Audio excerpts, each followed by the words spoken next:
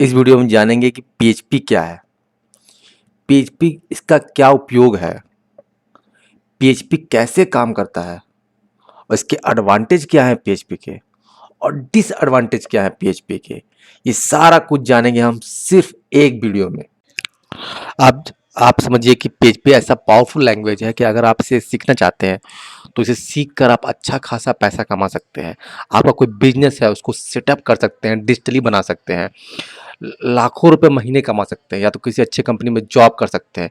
इन सारे चीज़ों को बताएंगे हम नेक्स्ट वीडियो में, अपने आने वाली वीडियो में बताने वाले हैं कैसे अब से आप लाखों रुपए कमा सकते हैं। चलिए शुरुआत करते हैं सबसे पहले कि पीएचपी होता क्या है। पीएचपी बहुत पॉपुलर और पावरफुल लैंग्वेज है। जो यदि वेब डेवलपमेंट सीखने के लिए आप सोच रहे हैं तो आपके लिए पीएचपी बहुत बेहतरीन है। दूसरी बात कि आने वाले कल में जो एंड्रॉयड में आप डेटा एक्सेस करना चाहते हैं तो पीएचपी इसमें बहुत उपयोग होने वाला है। पीएचपी का फुल फॉर्म होता है हाइपर टेक्स्ट प्री प्रोसेसर। ये एक सर्वर साइड स्क्रिप्टिंग लैंग्वेज है जिसका उपयोग वेब एंड्रॉयड डेवलपमेंट में किया जाता है। अब सर्वर साइड स्क्रिप्टिंग क्या है इसको मैं एनिमेटेड से आपको समझाता हूं दोस्तों। इसमें क्लाइंट रिक्वेस्ट करता है सर्वर को दोस्तों, जहां डेटा रहता है, और सर्वर रिस्पॉन्स करता है उस डेटा को लाके एचटीएमएल पेज में क्लाइंट को वापस करता है दोस्तों। जो क्लाइंट को डेटा मिलता है वो एचटीएमएल फॉर्मेट में मिलता है, लेकिन पीएचपी स्क्रिप्ट द्वारा उस सर्वर से डेटा निकाला जाता है दोस्तों। इसलिए इसे पीएचपी को सर्वर साइड स्क्रिप्टिंग कहते हैं दोस्तों। सर्वर साइड स्क्रिप्टिंग यानी पीएचपी में लिखा गया प्रोग्राम हमेशा सर्वर पर रन करता है दोस्तों, और जो उसका आउटपुट होता है वो एचटीएमएल पेज के रूप में कन्वर्ट होता है और यूजर वेब ब्राउज़र में डिस्प्ले होता है। मैं आपको उसका कोड दिखाता हूं दोस्त, आप समझ पाएंगे। दोस्तों आपको यहाँ पर एक कोड दिखाई दे रहा होगा सिंपल सा। अब दोस्तों देखिएगा ये पीएचपी का ब्रश है, यहाँ से क्लोज है। जो इसके अंदर जितना कोड लिखा हुआ है ये पीएचपी का कोड कहलाता है दोस्तों। और जब हम नीचे आते हैं तो आपको हम और भी वीडियो में बताएंगे कि जो एचटीएमएल का टैग है, यहाँ दिखाई दे रहा है एचटीएमएल, ये एचटीएमएल का टैग है, इसके अंदर एचटीएमएल कोड आता है। जब इस चीज को हम सर्वर पे डालते हैं, आज सर्वर पे कैसे डालते हैं या गोडैडी पे कैसे डालेंगे, इसकी पूरी जानकारी मैं अगले वीडियो में दूंगा और पूरा एक एक स्टेप बताऊंगा आपको, ताकि आप पूरा आसानी से जान सके दोस्तों। तो इसमें क्या होता है, जब आप इसमें ये देख रहे हैं दोस्तों, ये सब पूरा कनेक्शन है, ये सब डेटाबेस से कनेक्शन होगा। या तो आपका लोकल डेटाबेस होगा या तो गोडैडी में रखा डेटाबेस होगा, या आप किसी भी होस्टिंग साइट में डेटा रखते हैं उसमें हम कनेक्शन करेंगे डेटा से और डेटा एक्सेस करेंगे। मान लीजिए मैंने एक स्कूल का नाम है जिसमें एक बच्चे का नाम राम है, हमने एक्सेस किया तो वो राम का नाम इस कोड क्वेरी द्वारा निकलेगा। ये देखिए दोस्तों, यहाँ से डेटा ये पीएचपी क्वेरी निकलेगा, लेकिन इसे क्लाइंट पढ़ नहीं सकता। इस डेटा को, इस कोड को क्लाइंट नहीं पढ़ सकता, लेकिन हाँ ये कोड क्लाइंट देख पाता है, एचटीएमएल का कोड क्लाइंट देख पाता है। तो दोस्तों जब ये रन करता है तो इस सर्वर पर रन करता है एक्चुअल में, ठीक है। तो सर्वर स्क्रिप्टिंग लैंग्वेज है, इसलिए सर्वर पे ही दिखाई देता है। इसके बाद डेटा यहाँ पर हम डिस्प्ले करवाते हैं। कैसे डिस्प्ले करवाते हैं हम आने वाले वीडियो में और दिखाएंगे दोस्तों। दोस्तों देखिए ये फेसबुक का पेज है, ध्यान दीजिएगा आप, ये पूरा पीएचपी से बना हुआ है, लेकिन एक्चुअली जब इसको हम कोड देखेंगे, जब आप इसको यहाँ पर राइट क्लिक करके व्यू पेज सोर्स देखेंगे तो इसमें आपको सिर्फ एचटीएमएल कोड दिखाई दे रहा होगा, देखिए, और आपको पीएचपी कोड दिखाई नहीं देगा कि सर्वर्स कहाँ से एक्सेस हो रहा है, डेटा कहाँ से एक्सेस हो रहा है, कुछ नहीं दिखाई देगा। तो ये सिर्फ क्लाइंट को दिखाई दे रहा है, क्लाइंट मतलब आपको सिर्फ ये दिखाई दे रहा है, लेकिन सर्वर स्क्रिप्टिंग लैंग्वेज दिखाई दे रहा है क्योंकि वो सर्वर पे पड़ा हुआ है, पीएचपी लैंग्वेज सर्वर पे पड़ा हुआ है, इसलिए वो हाइड रहता है। उदाहरण से आप दोस्तों समझ ही गए होंगे कि किसी वेबसाइट पे एचटीएमएल कोड को देखा जा सकता है, लेकिन पीएचपी कोड को यूजर नहीं देख सकता क्योंकि उनके कोड हमेशा सर्वर पे रन होते हैं, तभी क्लाइंट उसे नहीं देख पाता दोस्तों अब हम कुछ आपको विशेष बात बताने वाले हैं, जैसे कि पीएचपी से कौन कौन से साइट जो पॉपुलर साइट बने हुए हैं, जैसे कि फेसबुक इतना पॉपुलर है दोस्तों, वो फेसबुक भी पीएचपी बना है। विकिपीडिया जो आप पढ़ते हो वो भी पीएचपी बना है, और बहुत सारे हैं इसमें। आप आपको मैं बताने लगूँ तो बहुत सारे और बड़े-बड़े साइट्स हैं। चलिए हम नीचे आते हैं और आपको बताते हैं इसके उपयोग, पीएचपी का मेन उपयोग क्या है दोस्तों। इसका मेन उपयोग है डायनेमिक वेबसाइट, वेब एप्लीकेशन बनाने में किया जाता है दोस्तों। डायनेमिक वेबसाइट वो होता है जिसमें हम डेटा एक्सेस करते हैं दोस्तों, और इसमें सबसे बड़ी बात यह कि अपने मन से किसे कस्टमाइज करते हैं कि डेटा कहाँ दिखे कहाँ ना दिखे। इसमें बहुत मजा आने वाला है दोस्तों, मैं आपको सिखाऊंगा, बहुत मजा आने वाला है। वेबसाइट को डेटाबेस से कनेक्ट कर सकते हैं।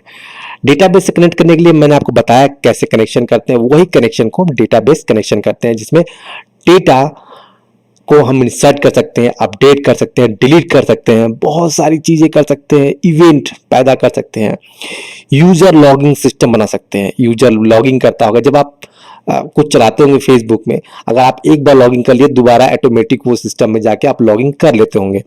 वो जो वैलिडेशन होता है ना, वो मेन मैं आपको सिखाऊंगा कैसे वैलिड करते हैं। जब लॉगिन एक बार कर लिए दोबारा आपको लॉगिन नहीं करना पड़ता, ऑटोमेटिक आप जैसे ब्राउजर खोले आपका प्रोफाइल ऑन रहता है। तो वो सब चीजें हैं। और अगर 2 घंटा 15 मिनट खोल दीजिए इसके बाद अपने आप लॉग आउट रहता है, तो वो भी सिचुएशन है। बहुत सारे उसके फंक्शन है, उस कोड पे डिपेंडेबल करते हैं कि आप क्या लगाना चाहते हैं। पीएचपी के जरिए आप तय कर सकते हैं कि कौन सा यूजर कौन से पेज को एक्सेस कर सकता है। ये भी बहुत छोटी सी बात है। अगर आप आगे का ऊपर के पेजेस सीख लिए तो मेरे ख्याल से नीचे वाला उतना बड़ा नहीं है, आराम से कर सकते हैं।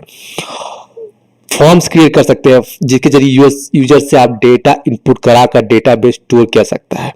एक फॉर्म बना सकते हैं जिसमें आप डेटा डलवा सकते हैं कि भाई इसमें डालो, इसमें डालो, रजिस्ट्रेशन करो, यहाँ पर आप अपना क्लियरेंस लो। जिस तरह आप देखते होंगे दोस्तों रेलवे का जो फॉर्म भरते होंगे उसमें डालना पड़ता होगा अपना नंबर, मोबाइल नंबर, वो सारी चीजें दोस्तों। ईमेल सेंड करना, रिसीव करना, ब्राउजर कुकीज सेट एक्सेस करना। ब्राउजर कुकीज तो और मजा आने वाला है दोस्तों, क्योंकि जब आप कुछ देखते होगे तो बगल में हिस्ट्री जाते होगे, उस तरह की ब्राउजिंग होती है, कुकीज होते हैं, तो उसके बारे में आपको और बताने वाला हूं। डेटा इंक्रिप्शन और डिक्रिप्शन क्या होता है दोस्तों। डेटा इंक्रिप्शन ये होता है दोस्तों, कुछ कुछ ऐसे की होते हैं जो हम नहीं चाहते कि हमारा यूजर देखे, तो उसको हम डिक्रिप्शन कर देते हैं। वो कंप्यूटर के भाषा में ऐसा लैंग्वेज हो जाएगा कि जिससे लोग पढ़ नहीं पाते, एक्चुअली उसे पढ़ नहीं पाते, लेकिन वो सिंपल सा चीज रहेगा, 1 लिखा रहेगा, लेकिन 1 को इतने सारे मतलब फॉर्मेट में कर देगा कि आप पढ़ नहीं पाएंगे दोस्तों। अभी दोस्तों अब हम जानते हैं कि पीएचपी कैसे काम करता है। पीएचपी के कोड को एचटीएमएल के साथ लिखा जाता है, जो मैंने पहले आपको दिखाया था।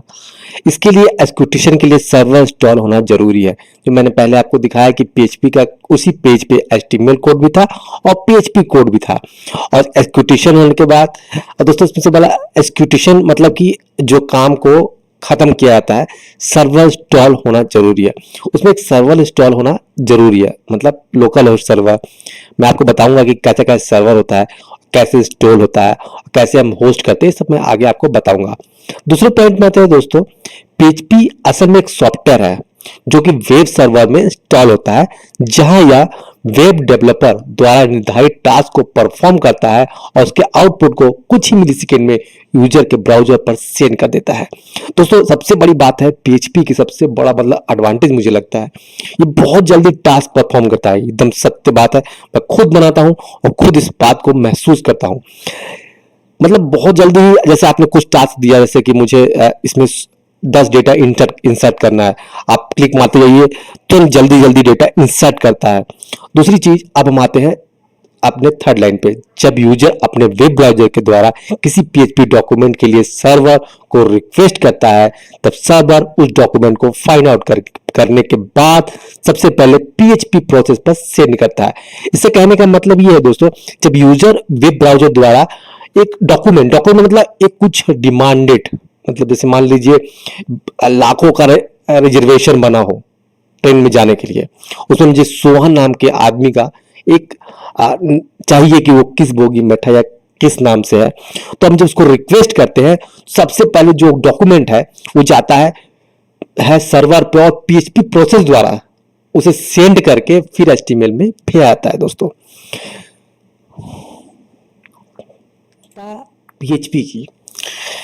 पीएचपी फ्री ओपन सोर्स है, यानी इसे आप फ्री में डाउनलोड करके उपयोग कर सकते हैं।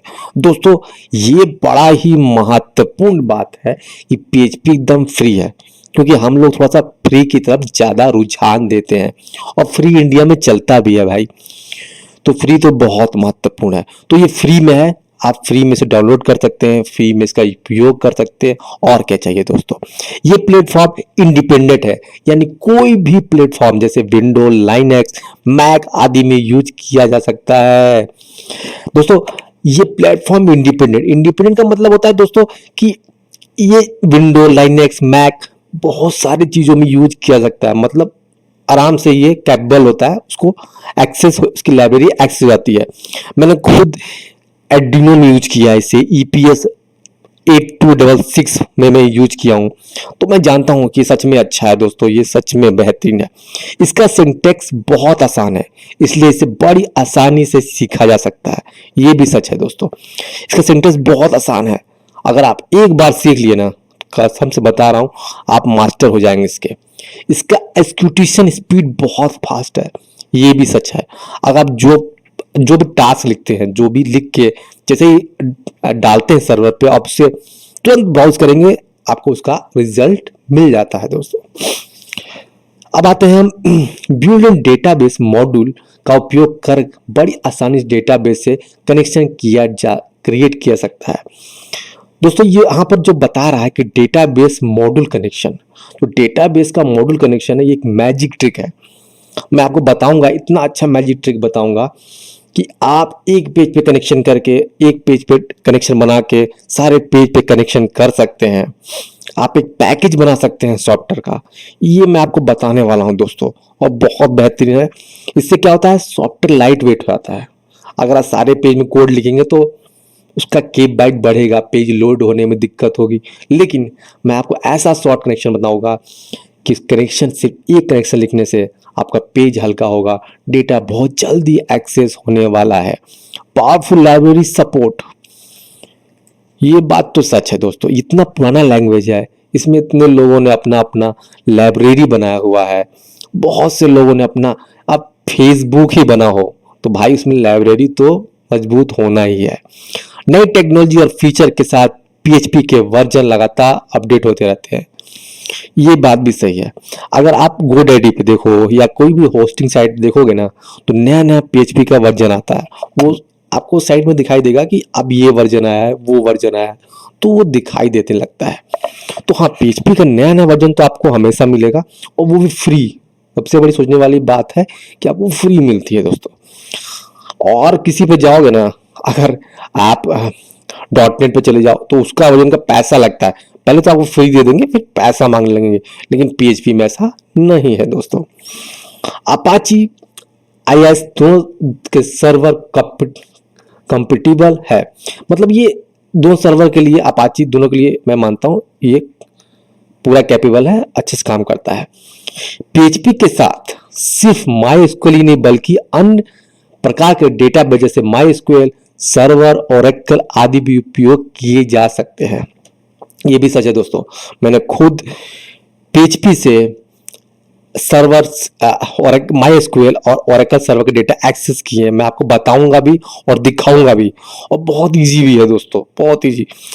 आप अगर ऑफिस में काम कर रहे हो और आपको एकदम मतलब अब अपने बॉस को मतलब दिखाना है कि मैं मतलब मेरे पास खुद का बहुत बड़ा नॉलेज है, तो आप ऐसा करके दिखा सकते हो, और ये बहुत आसान भी होगा। अब ज्यादातर hosting server by default PHP support करते हैं। अगर कुछ हो या ना हो, लेकिन PHP जरूर सर्वर होस्ट कर लेगा, सबसे बड़ी बात। ASP की तरह इसके लिए डेडिकेटेड होस्टिंग की जरूरत नहीं पड़ती। एक्टिव सर्वर पेज मतलब ASP.NET। ASP.NET सिक्योरिटी के मामले में तो हीरो है भैया, लेकिन उसको सर्वर अपलोड करने के बाद गवर्नमेंट साइट ज्यादातर ASP.NET पे आप देखेंगे होंगे। एक्चुअल में क्या होता है, वो भाई पैसा है तो इन्वेस्ट करते हैं, क्योंकि सिक्योरिटी ज़्यादा उनके लिए मायने रखती है। लेकिन अगर आप एक बिजनेसमैन हैं या एक दुकान चलाने वाले हैं, ई-कॉमर्स चलाने वाले हैं, और या आप क्लाइंट दुकान चलाने वाला हो, तो वो सस्ते में और अच्छा चाहता है, तो उसमें PHP बहुत बेहतरीन है। क्योंकि देखिए यहाँ लिखा हुआ है, इसका मतलब है कि PHP से बनने वेबसाइट को होस्ट करने में अधिक खर्च नहीं होता मेरे भाई। बहुत कम खर्च में से होस्ट किया जा सकता है। या तो GoDaddy में कर लीजिए। अब GoDaddy में करोगे ना आप, तो PHP का जो लिनक्स होस्टिंग होता है ना, वो 2500 में पड़ जाएगा आपको। बहुत ज्यादा आएगा, साल का 2500। लेकिन वहीं आप ASP.NET का विंडो होस्टिंग में जाएंगे ना, तो 5000 मिनिमम 5000 रुपये पड़ता है दोस्तों। तो कहीं ना कहीं किफायती तो है। Disadvantage of PHP Hindi. अब दोस्तों मैं एक डिसएडवांटेज बता रहा हूं, इसका सोर्स कोड कोई भी देख सकता है। सच है भाई, देख सकता है। कोड कोई भी बग हो तो गलत फायदा उठाया जा सकता है।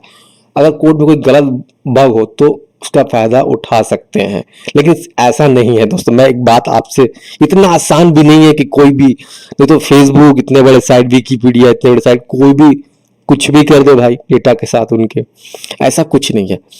लेकिन ऐसा नापा गया है कि बहुत टैलेंटेड होगा, या तो अब उसी पे टूट जाए तो अलग बात है, लेकिन इतना आसान नहीं है दोस्तों।